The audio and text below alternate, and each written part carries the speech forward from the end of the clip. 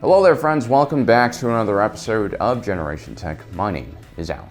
For most of us, it's easy to see why the Galactic Empire would not be a fun regime to live under. Most of us can view Star Wars with objectivity because we're from the Milky Way galaxy. We don't have much skin in the game.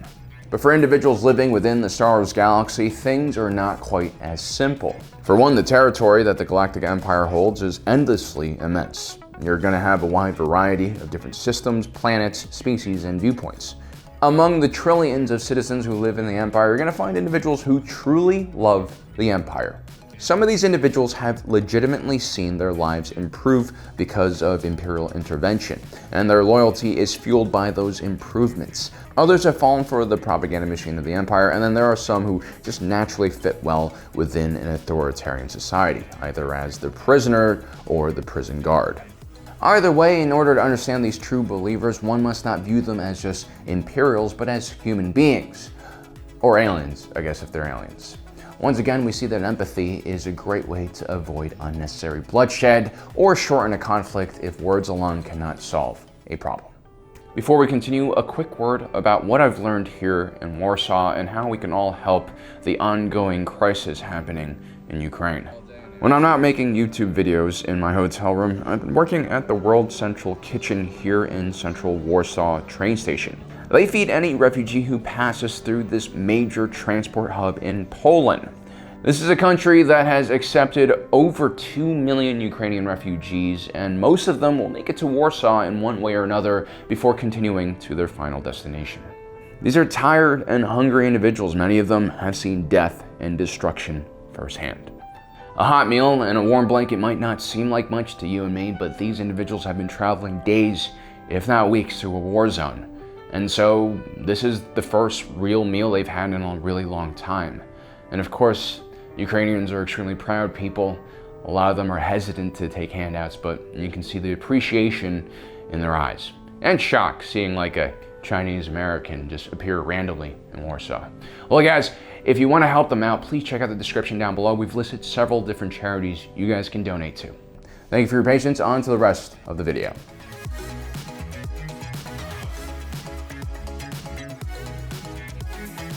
Prior to the rise of the Empire, the world of Vardos, located in the core system of Janata, was relatively unstable, both socially and economically. There was a lot of poverty here, violence, and just general chaos. It was Garrick Versio who brought the Empire to the planet. As a result, Vardos would become known as an Imperial utopia, stable, diverse, and very wealthy. And so it's not surprising that the local populace, including many non-humans, expressed genuine love and support for the Empire. When Emperor Palpatine fell down that shaft in the second Death Star, chaos would engulf the galaxy. Vardos would remain an Imperial stronghold, but without an Empire or leader, there's not much they could do. Garrick Versio would be one of the more prominent military leaders left in the Galactic Empire post-Endor. As an Admiral in the ISB, Versio would be in command of the Special Forces unit known as Inferno Squad. He would eventually be tasked by one of Palpatine's creepy sentinels to carry out Operation Cinder. This was an extremely messed up part of Emperor Palpatine's contingency plan. Like a child throwing a tantrum, Palpatine decided that if the Empire was unable to protect him from death, then the Empire did not deserve to continue existing. And so Operation Cinder was designed specifically to punish Imperial worlds for their failures. And I guess the second purpose is a very vindictive form of scorched earth policy that would prevent key Imperial worlds from falling into rebel hands. One of the targets of Operation Cinder for Admiral Versio was his homeworld of Vardos, which, by the way, still remained extremely loyal to the Empire. Garrick Versio would choose to destroy Vardos, and he would actually send his own daughter, head of Inferno Squad, to lead that mission. His fervent and undying belief in the Empire would break his relationship with Versio, his daughter, and she would defect to the rebellion.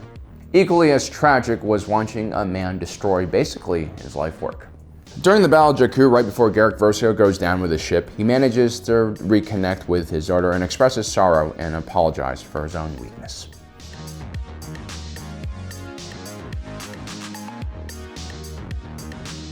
In The Mandalorian, we get to see stormtroopers and Imperial officers in a way that we've never really seen them in live action. These weren't the crisp, uniform-wearing, goose-stepping bucketheads we're used to seeing, and that's because these individuals in the Mandalorian TV show aren't really Imperials anymore. They are part of the Imperial Remnant, specifically Moff Gideon's Imperial Remnant. You see, whenever a huge empire ruled by a dictator collapses, if there isn't a clear chain of succession, which there wasn't in the Empire. Fragmentation happens, followed by a lot of infighting between the various factions that emerge. This is actually why a lot of people don't want Putin to accidentally die from, I don't know, a self-inflicted gunshot wound to the back of the head. The last time a large Eastern European nuclear power collapsed, well, enough nuclear material escaped to create a bomb. It's in the black market somewhere. Don't go looking for it. The Imperial Remnant under Moff Gideon's command were just one of the Imperial Remnant factions. These Imperial units were a shadow of what they once were. Central logistical support, which is key to victory in any war, was severely lacking in this unit, and discipline and order was also beginning to fall apart. During this time period, an Imperial officer's greatest fear wasn't just his enemy, but mass defection. Defecation.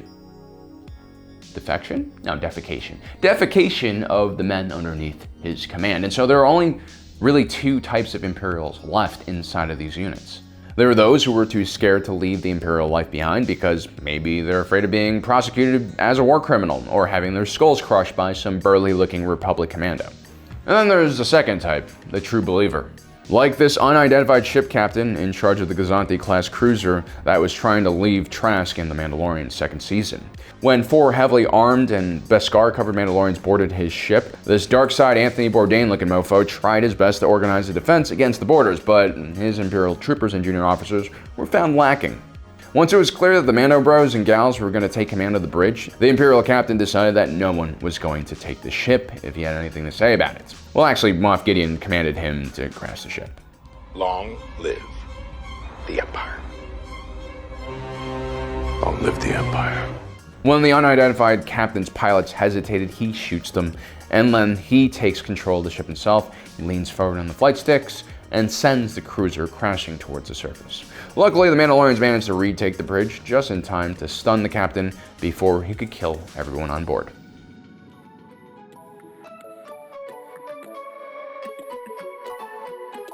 Next up, we have another Imperial Remnant diehard. When Din Djarin and company chased down an Imperial shuttle with a Slave One, the 2 pilots on board didn't really stand a chance, and their vessel was quickly disabled and boarded. The main pilot, who already expressed his desire to live, immediately gives up, but the co-pilot immediately springs into action. He introduces Din Djarin to Dr. Pershing, the scientist who was taking care of baby Gogurt. The co-pilot knows that Mando Bro needs him and immediately takes him hostage. When the other pilot tries to give up and distance himself from the situation, he gets shot in the back from the true believer. The co-pilot then goes on to taunt Cara Dune about the destruction of Alderaan. Apparently, he'd been stationed on the first Death Star. You can also tell that he's really bitter about the original Death Star's explosion. He definitely considers it one of the largest tragedies in galactic history. I mean, more than 1 million Imperials were stationed on that gigantic structure. But ultimately, he pushes Cara Dune a bit too far. Destroying your planet was a small price to pay to rid the galaxy of terrorism. And he gets a blaster bolt in the face as a result. He thought he had the situation under control. Noob.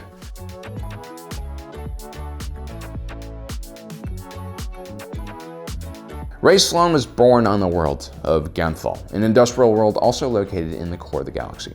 She was born to a very poor family, and as a child she was almost abducted by a local gang known as the Kostaka. They mainly dealt in spice and slaves. Luckily she escaped, but this would be a very formative experience for her, one that would shape her view of the entire galaxy.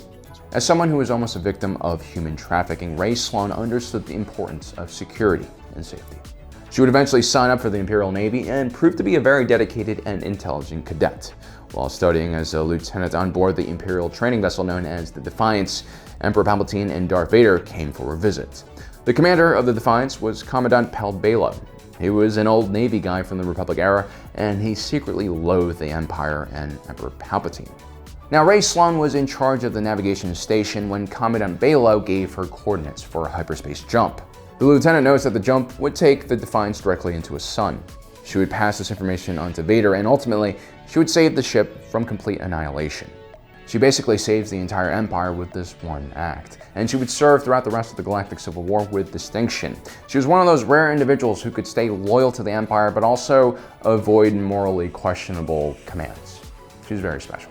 When Palpatine died, she was chosen as the leader of the largest Imperial remnant forces left. But in reality, she was just a puppet within Palpatine's larger contingency plan, which was dedicated to destroying what was left of the Galactic Empire. Despite all of this, Sloane would heroically lead the Empire up until the Battle of Jakku, where they finally were destroyed by the Republic. Sloane would journey with the rest of the Imperial remnant into the unknown region. This group would eventually become the First Order. Sloane wasn't completely blind to the evils of the Empire, but she always believed that she could do more good from inside the system rather than out. More importantly, as a young kid, she saw exactly what kind of chaos the Galactic Republic represented.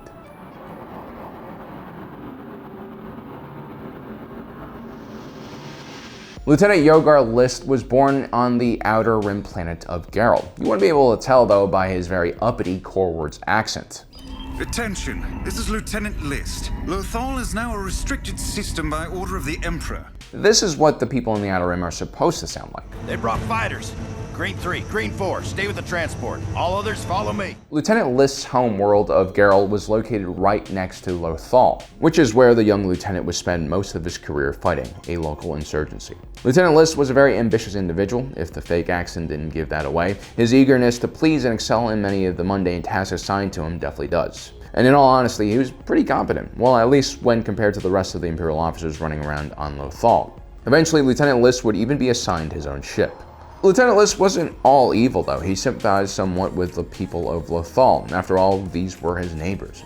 And he would be shocked several times upon witnessing the true brutality of the Empire. But ultimately, Lyste came up short in the extremely Darwinian landscape that is the Imperial Officer Corps. Ambitious individuals who lack the skill to back it up oftentimes end up locked up or even dead. Lieutenant Lyste would ultimately be framed as a spy by Agent Callus, who actually was a rebel spy. So there you have it, guys, 5 true believers in the Empire. And most of them ended up dead, because if you're gonna truly believe in something, make sure you check out what's going on first. That's why I'm here in Warsaw, by the way, trying to figure out things. So please check out those charities down below. It's only been a month since the war started, and although there was an initial rush of support and help for the Ukrainian people, we don't really know how long this battle is gonna continue.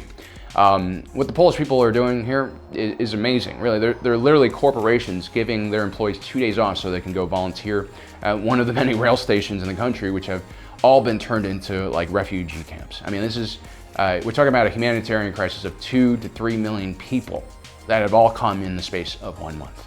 So please help. See you guys next time.